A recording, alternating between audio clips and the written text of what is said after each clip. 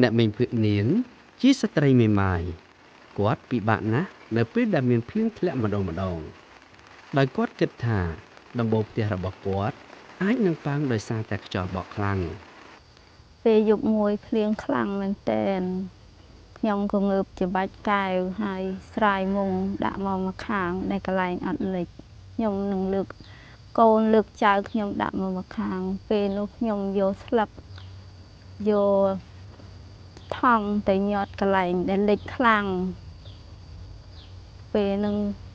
ភ្លៀងក៏កាន់តែខ្លាំងហូរចូលពេញផ្ទះឮសូរសស័តយំអើងកងខ្ញុំ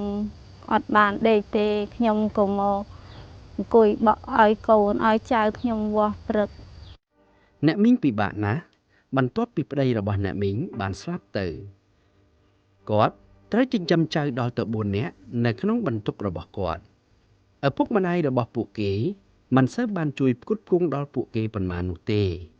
ដោយសារតែឪពុកម្ដាយរបស់ពួកគេទៅធ្វើការនៅឆ្ងាយពេកពេលគេហៅខ្ញុំទៅស្ទូងក្នុងមួយថ្ងៃរបស់ល្ងាចខ្ញុំបានបំរៃតែ5,000ទេហើយការងារនោះក៏មិនថិតថេរដែរយូរគេហៅខ្ញុំទៅម្ដងពេលហ្នឹងខ្ញុំអត់មានការងារធ្វើកូនខ្ញុំចៅខ្ញុំក៏អត់មានអីហូបដែរតែខ្ញុំក៏មានទុក្ខលំបាកខ្លាំងព្រោះខ្ញុំអាណិតកូនចៅខ្ញុំពេលចៅខ្ញុំអត់មានអីហូបហើយខ្ញុំគ្មានការងារធ្វើពេលហ្នឹងហើយតែខ្ញុំទុក្ខលំបាកជួនកាលខ្ញុំរត់ទៅខ្ចីអង្គគេចូលមកដាំបាយឬបបរឲ្យកូនខ្ញុំចៅខ្ញុំហុកមានទៅគេច្រាំហុកដាក់អាំងទៅឲ្យគេហូបទៅ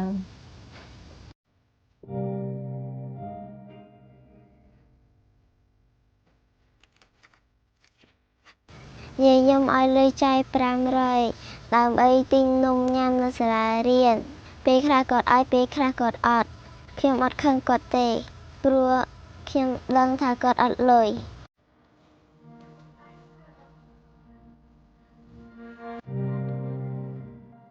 ពេលខ្លះយាយខ្ញុំទៅខ្ចីលុយពីអ្នកជិតខាងដើម្បីទិញអង្ករដាំបាយឲ្យខ្ញុំហូបយាយខ្ញុំអត់ហូបទេព្រោះខ្លាចខ្ញុំហូបអត់ឆ្អែត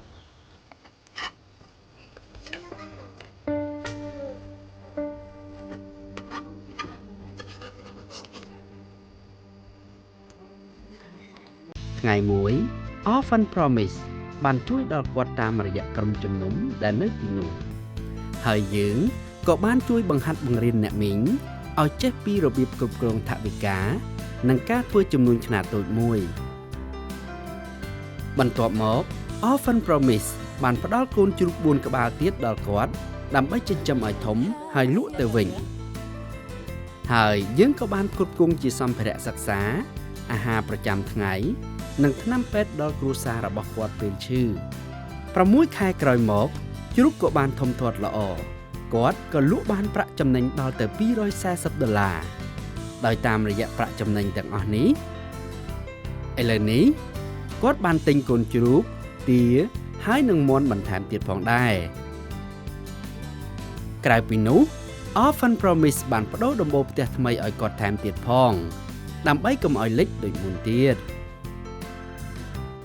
ខ្ញុំសប្បាយចិត្តណាស់ដែលយាយខ្ញុំលែងពិបាកដូចមុនទៀតហើយព្រោះខ្ញុំមានអាហារញ៉ាំគ្រប់គ្រាន់និងមានប្រាក់សន្សំទៀតអរគុណ Orphan Promise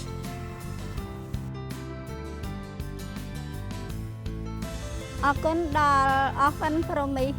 បើមិនមានអ្នកទេខ្ញុំមិនដឹងជាធ្វើយ៉ាងណាទេ